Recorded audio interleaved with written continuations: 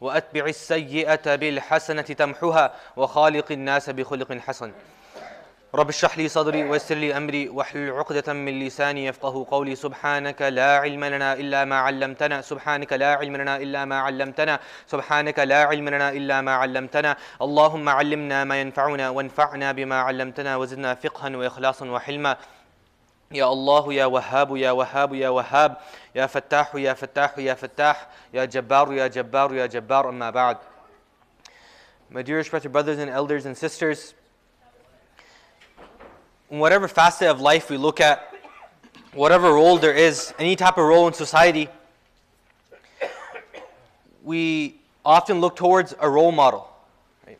That in our role fulfilling, being a father, being a leader of a community, right? Being a father to your son, being a good husband, right? Being a good wife, whatever role we are, we read something, we learned from someone. Our parents might have taught us, our teachers might have taught us, right? That these experiences, these things that we read, they shape the way we fulfill that role. And we look at the life of Rasulullah sallallahu alaihi wasallam, and we see that whatever aspect of life he was involved in, whatever role it was, whatever position it was, he fulfilled it not only in a good manner, but in the most excellent manner. That Rasulullah sallallahu alaihi wasallam was the most exemplary model for us. That whether it was being a father, whether it was being a leader, whether it was doing business transactions with someone, whether it was being a teacher towards the Sahaba, towards the scholars from the Sahaba, whatever role we look at, we see Rasulullah sallallahu alaihi wasallam fulfilled that role to the best of his capacity, and that was perfectness. Right? That when we look at what is the highest model we have for XYZ role, right? We see Rasulullah sallallahu alaihi wasallam was in that role, and how we fulfilled it, that we can only imagine, right? That maybe we can't reach that level, but we can only imagine. We look at the life of Rasulullah sallallahu alaihi wasallam and we're amazed that how was he able to conduct himself in such a manner. Right? And we see that Rasulullah sallallahu alaihi wasallam, why was everyone attracted to him? That the entire community, that everything revolved around Rasulullah sallallahu alaihi wasallam. That when he spoke, the Sahaba anhum, they would draw near. Right? When he'd be making wudu, the water falling off his limbs, they would reach out their hands to grab that water. Right? When he spoke, it was complete silence. Right? That he was so captivating that no matter man, woman, whoever it was, they were completely infatuated with Rasulullah sallallahu alaihi wasallam. That they had this burning desire, this burning love for Rasulullah sallallahu alaihi wasallam. And we see why when we look through the seerah, when we look at the ahadith of Rasulullah sallallahu alaihi wasallam, we see that Rasulullah sallallahu alaihi wasallam mentions that إِنَّمَا بُعِثْتُ لِأُتَمِّمَ مَكَارِمَ الْأَخْلَاقِ. Right? That indeed I was sent to what? Perfect good character. And what's the emphasis on that? That what's so important about good character? Right? We see that there's a huge emphasis placed on having good character. Now some of us might be thinking good characters, I meet my neighbors with a smile, I meet my colleagues with a smile, I deal with people in a good way. Yes, that's obviously falls into good character. But over here we're talking about true character. What is true character? Right? That Rasulullah sallallahu alaihi wasallam mentions in the hadith that لَيْسَ الْوَاصِلُ بِالْمُكَافِي وَلَكِنَّ الْوَاصِلْ إِذَا قُطِعَتْ رَحِمُهُ وَصَلَهَا. That we think that, for example, maintaining good ties of kinship with my family is calling them once a month, texting them, visiting them in holidays, XYZ. But Rasulullah says, no, that's not true joining ties of kinship. But what is true joining ties of kinship is that when one of your family members, he hurts you, he physically abuses you, he verbally abuses you, he damages you in some way, financially, physically, whatever it may be. But despite the harm that he caused to you, you still forgive him. You still, despite that pain you're going through, you still deal with him with a smile. Right? And we can see that when it's very easy for a person to smile when everything's going good in his life. Financially he's well, physically he's well, mentally he's well, everything's going good at home. But imagine a person who just had a fight with his wife. A person who just gone through some type of trouble at school. Right? He just lost his job. Now mentally he's physically it's taxing, mentally it's taxing, and now for someone to come and bother him and still for him to look at him with a smile and forgive him, that's true good character. Right? And we look at the life of Rasulullah sallallahu alaihi wasallam, when we see this throughout the life of Rasulullah sallallahu alaihi wasallam. Right? That there's a narration of Aisha radhiyallahu ta'ala anha where she asked Rasulullah sallallahu alaihi wasallam, it comes in Sahih al-Bukhari, that was there a day more painful to you than the day of Uhud? Now, to just put this into perspective, how taxing was the day of Uhud on Rasulullah sallallahu alaihi wasallam? When we look into the day of Uhud, where on the way to Uhud, the munafiqun, they were mocking Rasulullah sallallahu alaihi wasallam, right, as they usually would, right? And now the Muslims, they went to Uhud, and initially they were winning, but then Khalid bin Walid radhiyallahu ta'ala an, who had not accepted Islam at that time, he penetrated the army.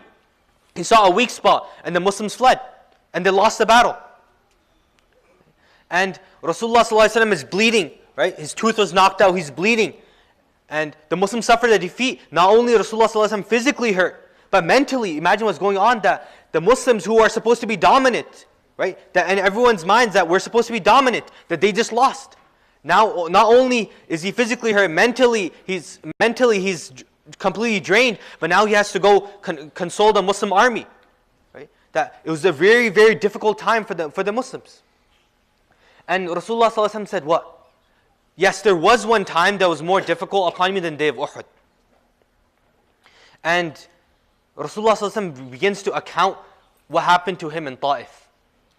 Right? That Rasulullah sallallahu alaihi wasallam, he suffered so much at the hands of the Quraysh, suffered so much at the hands of the Makkans, that at one point they called him As-Sadiq al-Amin, but after he became the Prophet of Allah, he began to call them towards La ilaha illallah, and they began to ostracize him. That for a period of 2 years, they were put into an artificial type of famine, where the Muslims were starved. Right? Rasulullah sallallahu alaihi wasallam, yes, he didn't have any physical support, but he had the support of his wife Khadija radhiyallahu anha, and she passed away. Right? Imagine Rasulullah sallallahu alaihi wasallam grew up as an orphan, that any time, any type of physical help could come to Rasulullah sallallahu alaihi wasallam was removed. That his father passed away. His mother passed away at a very, very tender age. Then his wife passed away. Abu Talib passed away. That any type of help that's coming to Rasulullah sallallahu alaihi wasallam is being removed. And now Rasulullah sallallahu alaihi wasallam has suffered so much at the hands of the Makkans that he left Makkah thinking, maybe I can go to Ta'if. Maybe the Banu Thaqif, that are our neighbors, maybe they will accept Islam. So Rasulullah sallallahu alaihi wasallam, he begins walking towards Ta'if with Zayd bin Haritha radhiyallahu ta'ala anhu. And he goes to the 3 chiefs of Ta'if, because if the chiefs accept, then obviously it will follow that everyone under them will accept as well. Right? So he calls the 3 chiefs, who were 3 brothers. All 3 of them were brothers. And one by one he calls them towards Islam. And he calls the first one towards Islam, and the first one looks towards him and said that, if you are the Prophet of Allah, then I will go right now and steal the cloth of the Kaaba. Not being disheartened, he looked towards the second one, and he says, and he gives him da'wah towards Islam. And the second one says, couldn't Allah Ta'ala have sent anyone besides you as a prophet? And then the third one looks at him, and then he says that, I don't even want to talk to you, just go away. Get out of my face. I don't want to talk to you. And Rasulullah sallallahu alaihi wasallam received this type of treatment from the Arabs, who were, especially at that time, were very, very hospitable. That a stranger would come into town, and it was part of the custom that they would be hosted for 3 days. That person doesn't know him, they don't know him either. But it was part of their custom that they honor that person, and they host them at their house for 3 days. Not only did they not host them, but they completely rejected his message. Rasulullah sallallahu alaihi wasallam, not growing disheartened, he goes to the people of Ta'if. Right? He goes door to door, calling the people towards Islam. And one by one, they slam the door in front of Rasulullah sallallahu alaihi wasallam. Some spit at him, some throw garbage at him, some close the door. Right? And they could have just left. Right? The rest, they rejected the message. They could have just let Rasulullah sallallahu alaihi wasallam leave. But no, they sent the street urchins after Rasulullah sallallahu alaihi wasallam. They sent their slaves after Rasulullah sallallahu alaihi wasallam. Rasulullah sallallahu alaihi wasallam was walking away, completely defeated, walking down the path, and they send the street urchins on this side, on the right side, and on the left side. And they begin picking up rocks and throwing it at Rasulullah sallallahu alaihi wasallam, pelting Rasulullah sallallahu alaihi wasallam repeatedly. And Rasulullah is walking, he's picking up his feet. And they're aiming specifically for his feet. Right? That each time he picks up his foot, they throw a rock at Rasulullah. And Rasulullah's skin breaks and he begins pouring out with blood. Now imagine, they're not throwing knives or anything like that. These are rocks, they're blunt. How many times must have Rasulullah been hit with those rocks until he began to bleed? Right? And Rasulullah, so much blood is coming out that his sandals, they become completely stuck. They stick to his feet and he trips. Rasulullah falls on the floor and two of them run up, not to help him. One of them grabs him from this side, the other one grabs Rasulullah from this side and they prop him back up. They prop him up not to help him, just so he can keep walking, they can keep pelting him with stones. And Rasulullah he escapes them, right? And he reaches an area called Qarn al-Tha'alib, an area a valley between Makkah and Medina. And over here, we can only imagine what Rasulullah was going through. That he's faced so much at the hands of the Makkans, and now he came hoping that these people of Taif will accept, and they completely rejected him. And he raises his hands up to shoulder level like this, and he began making dua, pouring his heart out to Allah subhanahu wa ta'ala. And he said, Allahumma ilayka ashku da'fa quwwati wa qillata hilati wa hawani ala nas. Ya arhamar rahimin ila man takiluni.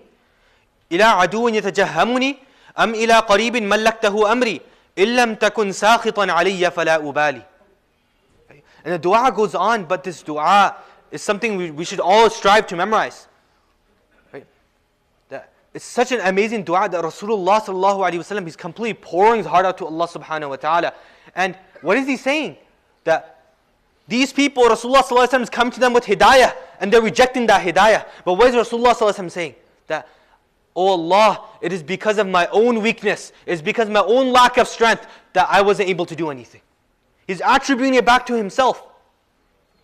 And now we know that when a person goes through difficulty, it's either one of two reasons. That one, that person committed some type of sin. Right? And Allah subhanahu wa ta'ala is, in lieu of that sin, He's testing him with some type of calamity, with his loss of job, with losing a family member, an XYZ problem. Or it's because that person has a high status in the eyes of Allah subhanahu wa ta'ala, and Allah subhanahu wa ta'ala is doing that to test him and to bring him closer to him. Right? Rasulullah said in the hadith, أَشَدُّ النَّاسِ بَلَاءً الْأَنْبِيَاء فَالْأَمْثَلِ. That those who are afflicted the most are the Anbiya, and then those that are most like them. Right? So Rasulullah is saying what? إِلَّمْ تَكُنْ سَاخِطًا عَلِيَّ فَلَا أُبَالِي. That I may have gone through this mental torture, this physical torture, but oh Allah, if you are not angry with me, then none of it matters to me. Because I know that it's not because of some wrong thing that I did I'm going through this. This is true good character. That despite this, despite going through so much difficulty, he's still able to not blame those that are around him, but he's blaming himself. Right? And then right then and there, Allah Ta'ala sends down Jibreel alayhi salam. Jibreel alayhi salam comes down with the angel of the mountains, and he says, "O Muhammad sallallahu alaihi wasallam, Allah Ta'ala has answered your dua. Allah Ta'ala has answered your dua, and this is the angel of the mountains at your disposal. If you so wish, the two mountains, Abu Qubais and Ahmar, we can bring them together and completely smash the people of Taif." Now, any of us in that situation would be like, go ahead, what are you waiting for?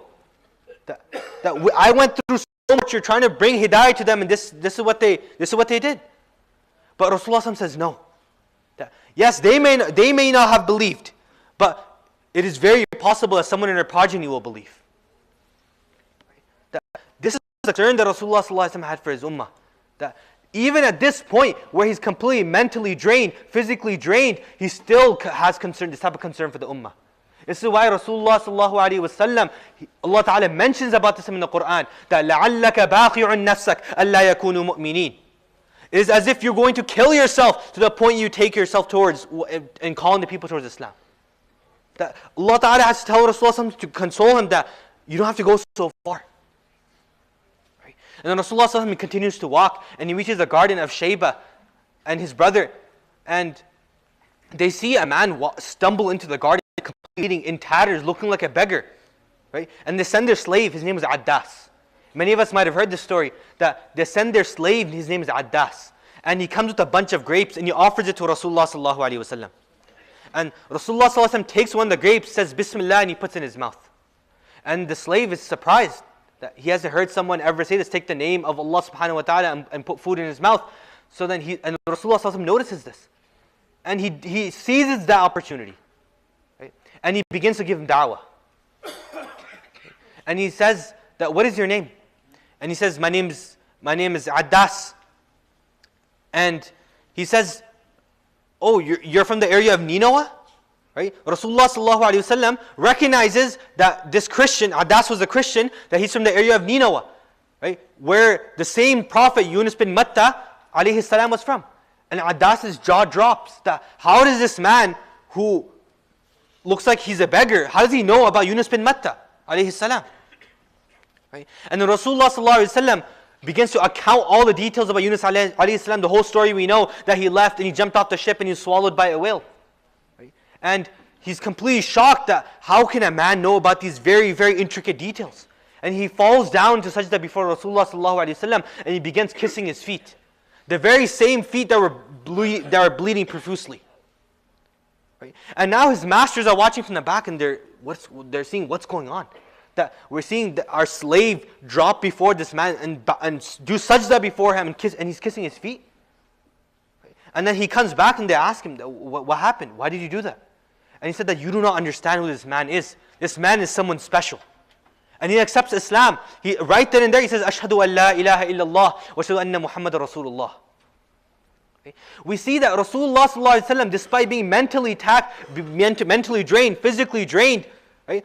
He just called a huge group of people towards Islam and they didn't accept. But he didn't think that it was beneath himself to call a slave towards Islam. That he didn't let the opportunity go. Right?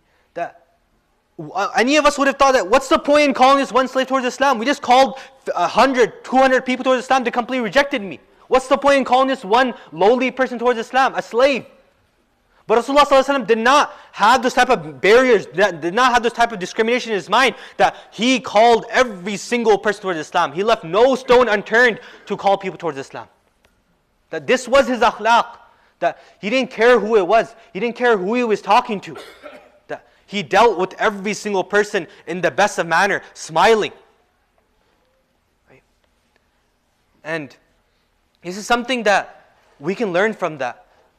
Sometimes we put such a huge emphasis that Ramadan has left and we did so many different amal, fasting, coming to the masjid for taraweeh, reading, doing khatm al-Qur'ans. But how much did we improve in our akhlaq? Right? How much did we improve in our relationship with people? That can I stand over here and really tell myself that if someone comes up to me and verbally abuses me, insults my parents, says something like that I can still smile at them and forgive them? Can I really do that?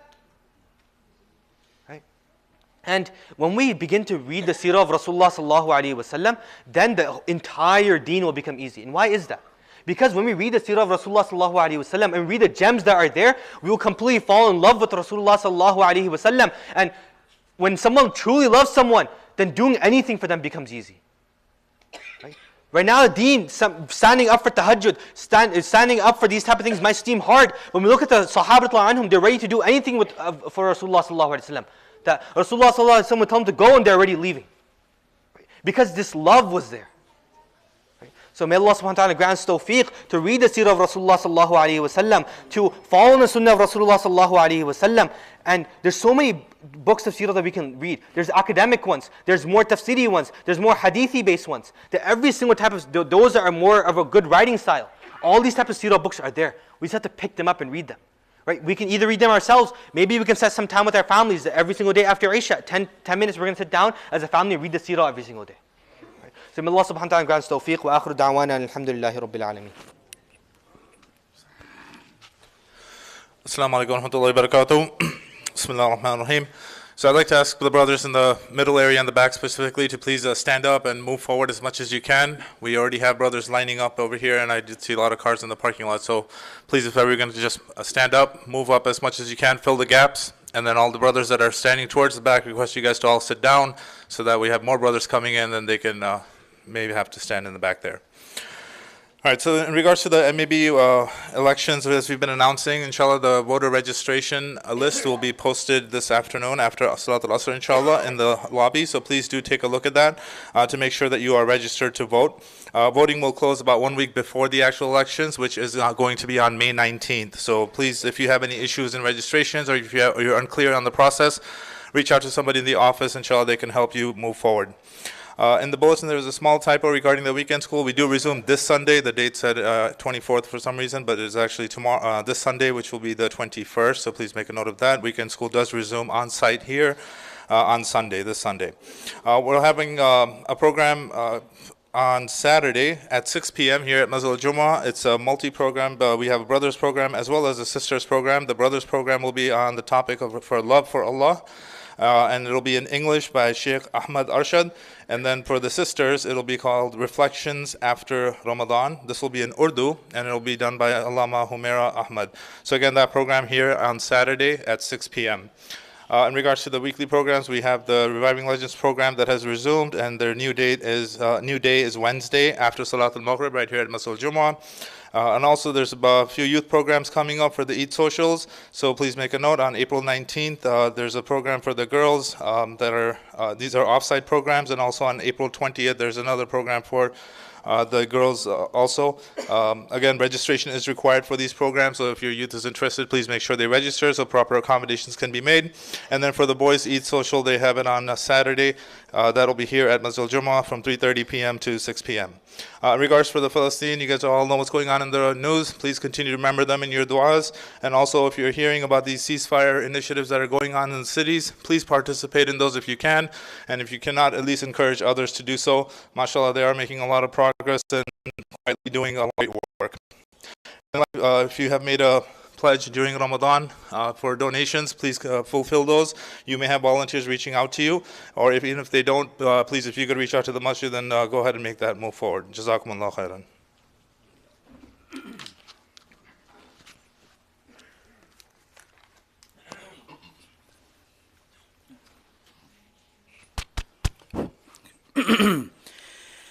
Allahu Akbar, Allahu Akbar.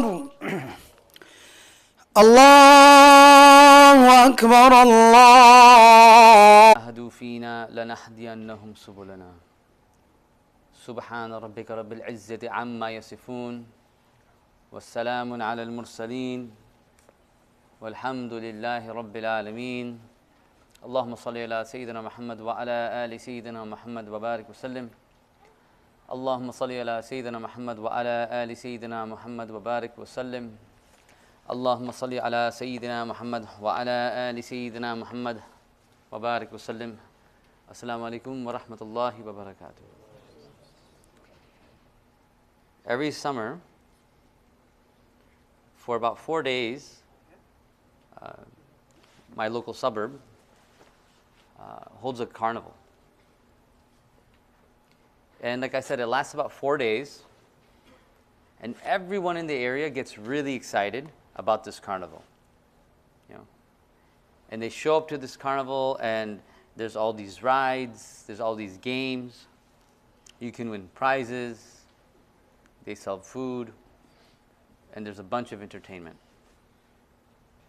And then after 4 days, they wrap it all up, and the carnival is over.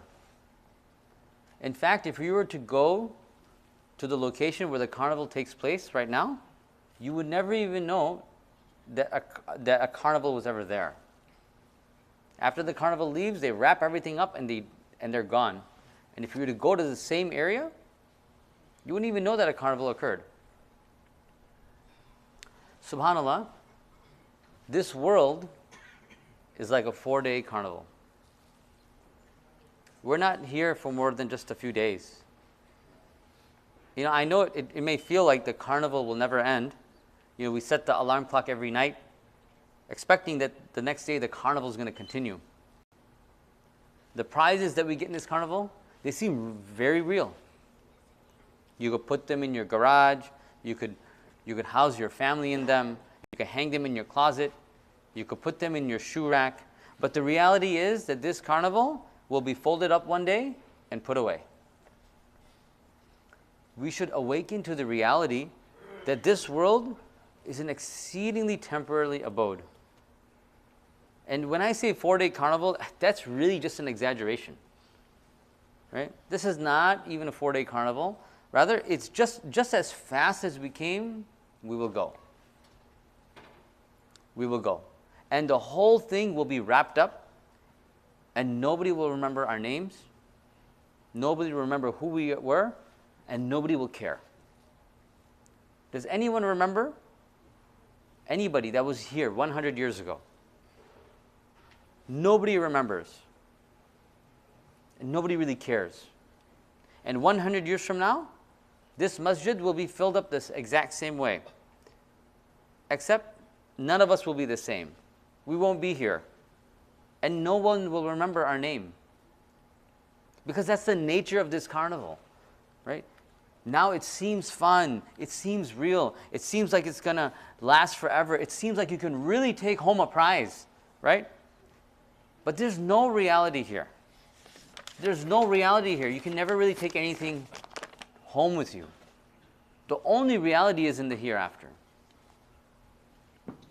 When you go on a trip, you might check into a hotel, right? Everybody knows that, right? They check into a hotel for a few days. If I came to you and I said, hey, I went to Dallas last week for 4 days. I checked into the hotel, and as soon as I got there, I went to Home Depot and I repainted the room because I didn't like the color. And you know what? I also didn't like the furniture, so I went furniture shopping and I bought all this new furniture for my hotel room, and then I checked out. You would look at me and you would say to me, what's wrong with you? Are you insane? You repainted the room. You refurnished the room. When you're checking out after 4 days, it doesn't make sense. That wasn't your permanent home. Didn't you know you're just coming and going? You know, you're just a traveler. It didn't make any sense. Where's your aql? Right? Where's your reason? That's the reality of this world. That's the reality of this world. We're just here for a few days. This is like an airport. Everyone is on a flight to some destination or another. No one ever stays. Yes, your flight might be at 3 o'clock. My flight might be at 4 o'clock. His flight's probably at 6 o'clock. But everybody is getting on board a flight. Doesn't matter what your status is with the airline. Doesn't even matter if you have access to those nice lounges. Nobody stays in the airport forever, no matter how nice the first class lounge is. Reality is, we all have a flight to catch. We've been put here for a very, very, very limited short period of time. And we've been given very, very limited ability to make decisions. This whole thing is a game, and it's been set up as a test for you and I. When Allah gives me wealth, or He gives me smarts, or whatever it may be, it's not a pat on the back and say, oh, I'm giving you all this wealth because, you know, you're such a good person. No. When Allah gives me wealth, it's not to tell me how great I am. Rather, it's just a test. Every penny that comes to me is a test. How will I behave when I've been given this wealth? I will have to answer for it. We all will have to answer for it in this room. What did we do with our wealth? What did we do with our time? What did we do with our health? What did we do with the bonuses that we received, etc., etc.? We have to realize that this is just like monopoly money, right? Do we think that on the Day of Judgment, even if we have $100 million in our bank account, we can buy our place into Jannah on the Day of Judgment? No. That's not the currency of the Akhirah. You could have $100 billion in this life, but on the Day of Judgment, you cannot buy yourself even 1 millimeter of Jannah. It's like monopoly money. It has no reality. It only works in the game of monopoly. Monopoly money has reality only in the game of monopoly. If you take your monopoly money now from the game of monopoly, the board game, and try to go and buy something from the grocery store, nobody's going to give you anything in exchange. They're just going to look at you and think something's wrong with you. So this is the circumstance that we all find ourselves in. You can collect houses and hotels and fill our coffers, etc., etc. But the reality is that this is all a game. And the only thing that we will have at the end of the game, when everything's wrapped up and put away, the only thing that's going to remain, though, is our deeds.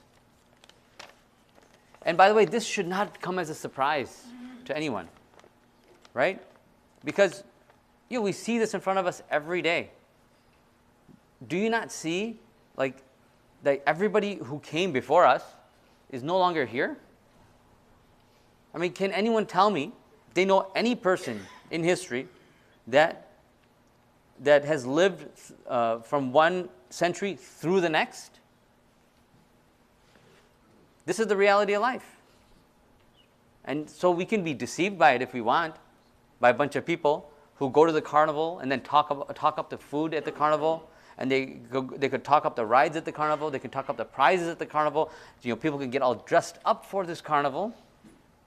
But in the end, it doesn't change the fact that doesn't matter what people say, doesn't matter what people assume, it's still just a carnival. Doesn't change the reality. And so this is the circumstance of life. Just because we talk about it with one another, what you drive, what I drive, what you wear, who you hang out with, what degrees you may have, who so and so is marrying, what hall did they have their wedding in, etc., etc. It doesn't change the reality that this is a 4-day carnival. If we fail to see it, it's not because the carnival isn't a carnival. No. It's because we've been caught up in this carnival, and now we've become clowns in this carnival. We got caught up in the circus. We become clowns in the carnival, and we got caught up in the circus. The opportunity of the month of the Ramadan, which just passed, right? The clarity of our fasting and the clarity of the Quran should have opened up some sense of reality for us, giving us the opportunity to think about, where am I? And where am I going? And what am I doing? One of the biggest gifts of the deen is that the Prophet ﷺ explained the passing nature of this world. Otherwise, we'd be so deceived thinking that this world is the end-all, be-all, and we put all our hope and effort in this dunya. We are so blessed to have the deen. We are so blessed to have the Prophet ﷺ. We have a blueprint on life. We know where we came from. We know what we're supposed to do here, and we know where we're going. So many people out there that they don't know, who are just wandering the world, trying to find some sense of purpose and latch on to meaningless things. Try to go to Barnes and Noble trying to find the meaning of life. We've been given wahi. This is one of the greatest gifts that we don't take qadr for. Yes, there is value in this world. Don't get me wrong. There is value to education. There's value to status. There's value to wealth.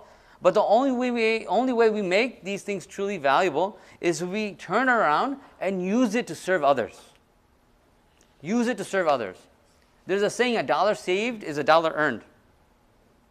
I don't entirely agree with that. $1 given in Allah's path is $1 earned. $1 saved is not going to come with me to the grave. But if I give $1 to help alleviate the pain and suffering of another individual to please Allah, that $1 will go with me to the day of judgment. The holiday of Eid just passed, and we know many of our children, they get money for Eid as a gift. So I looked at my son, and I talked to him. I'm like, "Oh wow, you hit the jackpot. You got like $100 or whatever the number was. I don't remember." And I told him, you should consider giving some of this money in sadaqah. So let's say it was $100.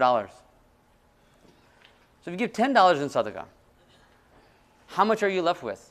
Simple equation, 100 minus 10. I have 90. I have $90. I told him, no. The money you actually gave in Allah's path is what you keep. Because the $90 that you have, you'll spend it on some clothes or go out and have some food or some video game or whatever it may be. And then eventually that'll just be wasted and gone. But the $10 that you gave in Allah's path, that will stay with you forever.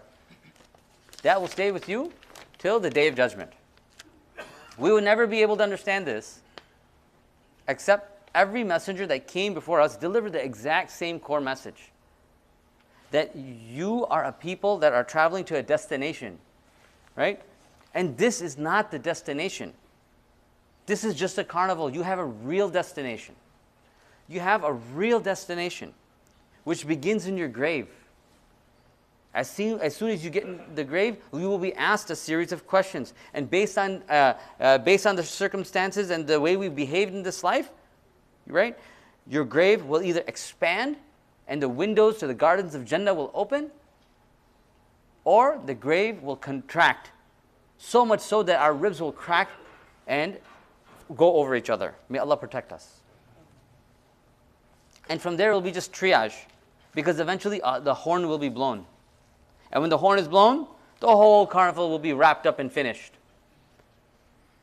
And when the second horn is blown, all the clowns in the carnival will be raised.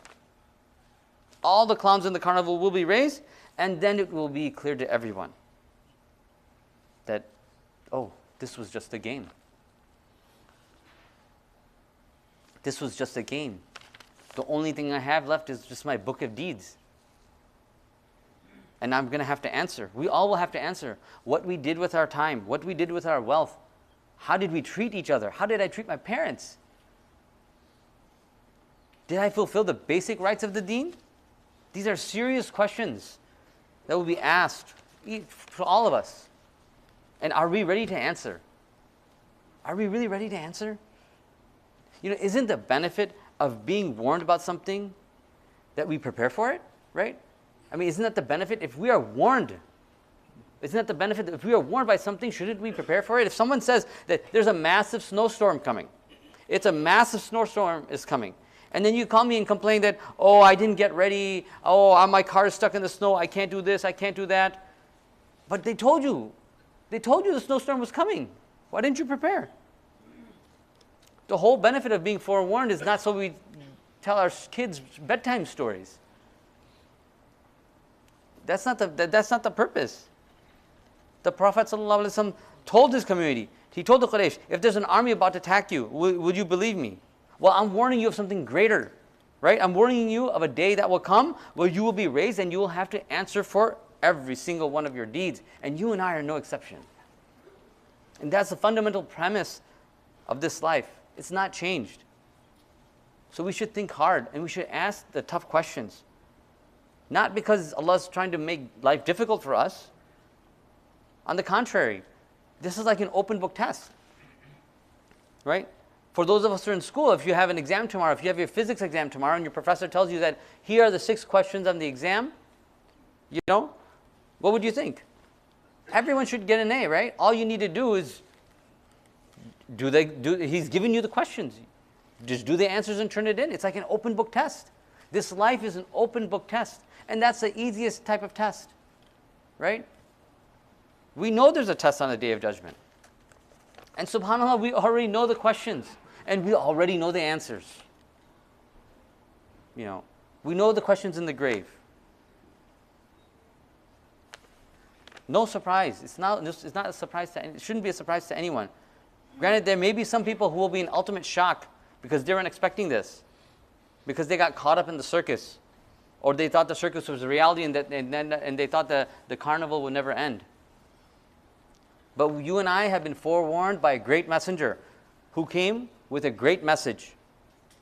Huge blessing. He came with a very simple, pure, straightforward message. And that message is that there is only one God. And this God, He is outside the box of creation. And there's nothing like Him. There's nothing like Him. And that you should only worship this one God. And this God created this world as a test. And every single one of us will be tested. When you're given something, it's a test. When something is taken away from you, it's a test. And there are consequences to this test. And then there is a day where this test is going to be graded. And that day is called the Day of Judgment.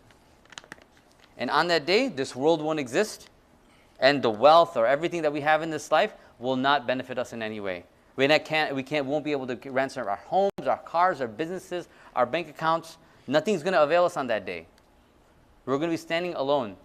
Nobody to help us. Only with our deeds. Right? No mom, dad, friend, spouse, children. They won't be there to help us. No matter how much they love you and you love them today. It's a different ballgame on the Day of Judgment. It'll be ourselves alone facing how we behaved in this life. And on that Day of Judgment, there will be consequences. And we'll either, through Allah's mercy, get placed into the ultimate abode of pleasure, Jannah, inshallah. But there's also a theoretical possibility of ending up in the ultimate punishment in the hellfire, and may Allah protect us all from that.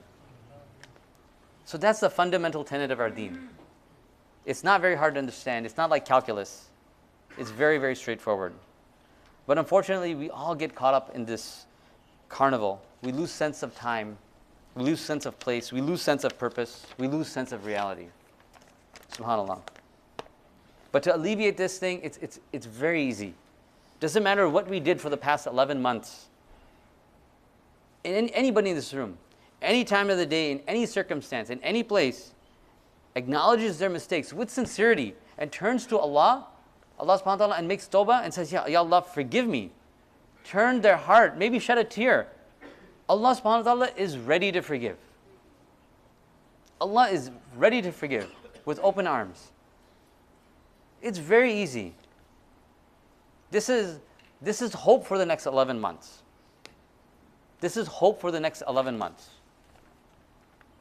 So this month was a blessing for all of us. It passed just as fast as it came.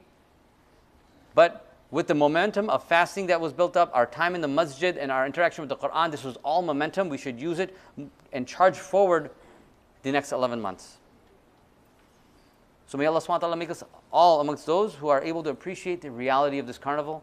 May Allah open our eyes to the fact that this place is just passing and that we have a permanent destination. And may Allah subhanahu wa ta'ala make us amongst those who are able to seek forgiveness for our misdeeds, and that He enters all into Jannatul Firdaus bighayri hisab. Subhanallahi wa bihamdihi, subhanakallahumma wa bihamdik. Ashhadu an la ilaha illa ant, astaghfiruka wa atubu ilayk, wa akhiru da'wana anil hamdulillahi rabbil alamin. Assalamu alaikum wa rahmatullahi wa barakatuh.